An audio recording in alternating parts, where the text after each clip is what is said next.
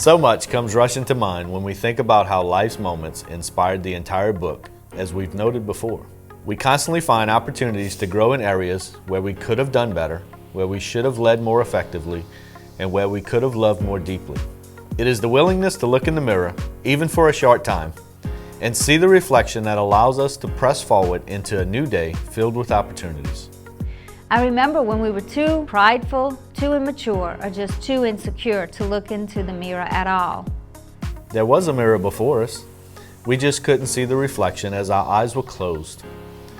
Now being able to see the areas to improve created so much awareness and opened the doors for change.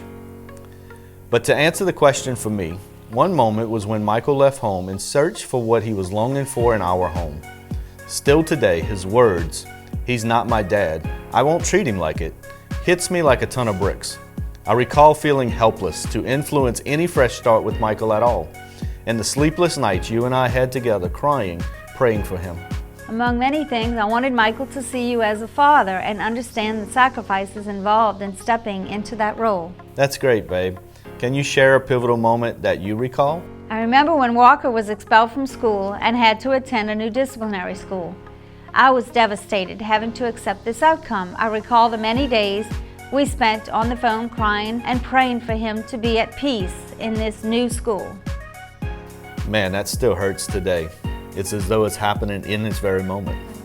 We knew his heart was hurting and how deeply this was affecting him. Those are the types of feelings we tapped into while writing this book.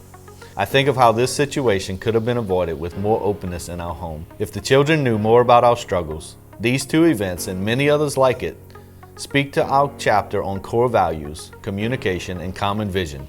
Also, as a father, there's a section in Blend Don't Break about do not provoke your children to wrath in chapter 8. That was greatly influenced by the stories related to our children. Without these real-life stories, I'm not sure we would have the authority to speak on such critical topics.